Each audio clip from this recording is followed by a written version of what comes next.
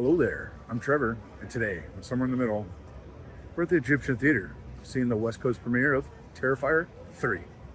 So join me as I check out how gruesome this third part is. Let's go.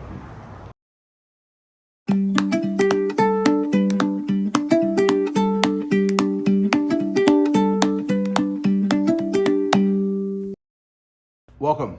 You're watching this episode because one, you follow We Are Somewhere in the Middle, or two, you saw Terrifier 3 West Coast premiere and clicked that. Stick around. I'm going to give you a spoiler-free review, but let's first talk the Terrifier franchise itself.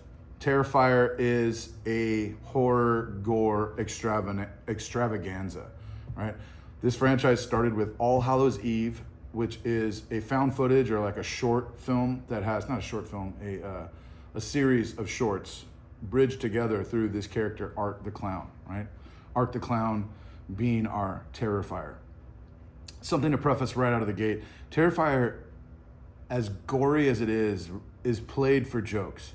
And I think that's an important factor with these movies. If you're trying to bring someone into the franchise, let them know that it is played for laughs. And plenty of people might say, Jessica included, my wife, right? This is not a movie for Jessica. The gore just doesn't work for her. It's too extreme. It's not something that she would find funny. That being said, plenty of us find the kills in a horror movie to be played up. They can be played up for humor, right?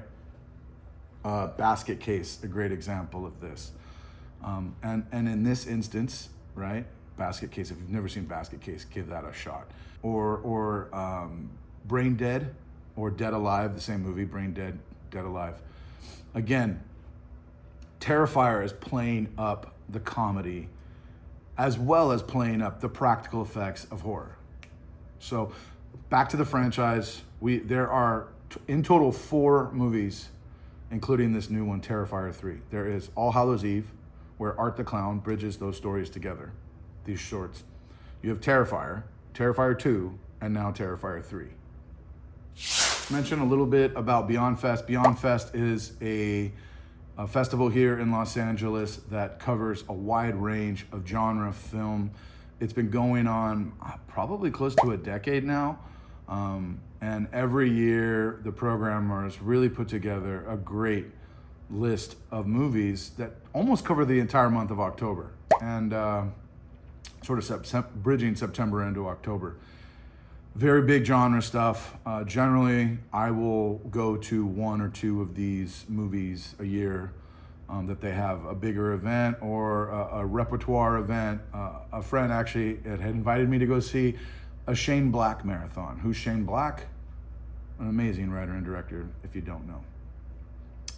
Anywho, back to the festival. This event was at the Egyptian. Really fun to be back at the Egyptian. The Egyptian has been overhauled. They removed the balcony of the Egyptian. There used to be a balcony there. It was actually my favorite place to sit at the Egyptian. It's now gone. Netflix owns the Egyptian Theater. It used to be owned by Sid Grauman. It is now owned by Netflix, and they did a pretty good job of overhauling it. It has a great sound system in there. It's Dolby Atmos, so we got to see Terrifier 3 in Dolby Atmos. One thing really cool, Beyond Fest gave us hard tickets to the event, so that was pretty cool. Be in a very, very famous theater, but then getting to see such a gruesome, gory movie. And of course, being a festival, this was a perfect crowd to see Terrifier 3 with, because everyone there knows what they're getting in for. They came specifically for this movie. I will say that Beyond Fest, the crowd ate this movie up. All right, let's talk or spoiler-free review of Terrifier 3. Terrifier 3, on the whole, is not my favorite of the series. It's a great aesthetic, though. Let me clarify that. I'm a huge Christmas guy. I love Christmas. Christmas is one of my favorite holidays. I like Halloween, but I think I put Christmas over Halloween. That being said, I loved seeing Art the Clown in the Christmas aesthetic, in the Santa outfit. He played it up so well.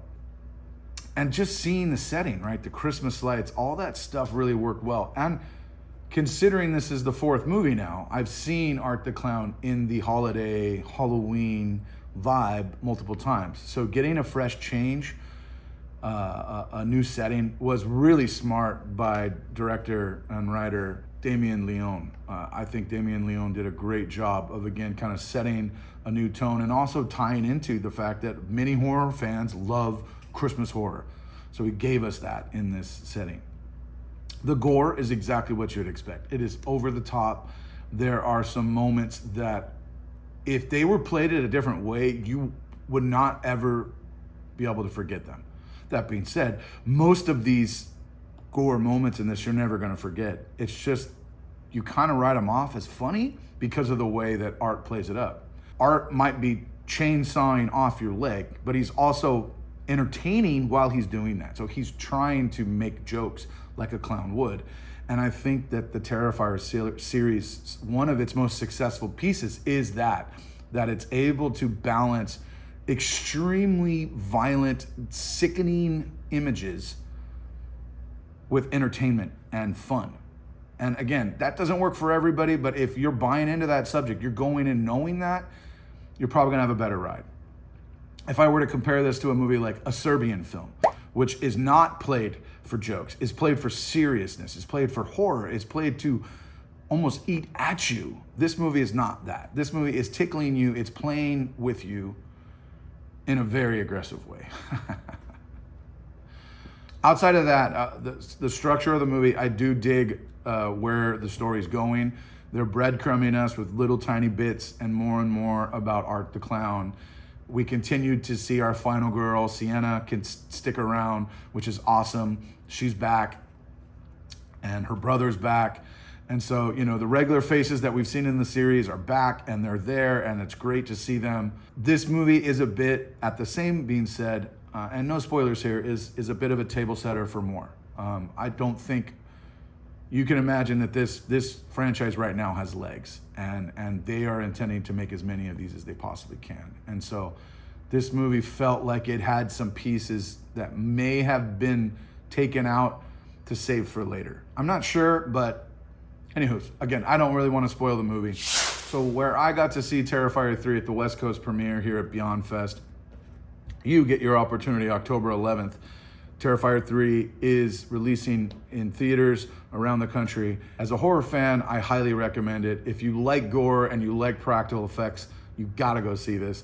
And I highly recommend trying to see this movie with a crowd. Go see it as soon as possible or as soon as it drops.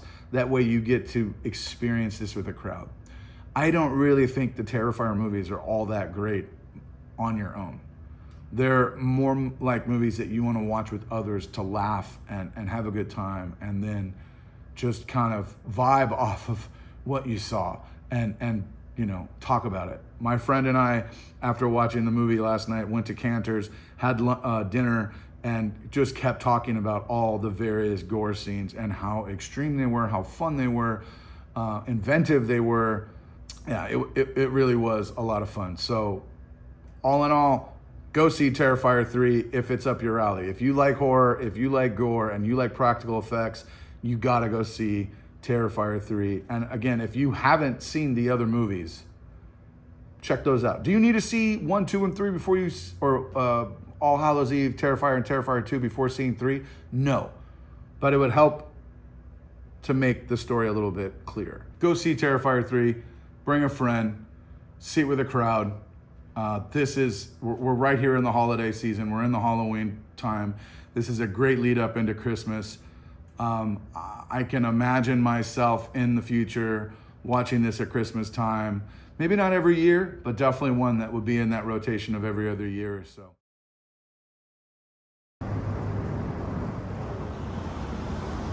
So thanks for joining me on this episode. I hope you enjoyed, and we'll see you in the next one.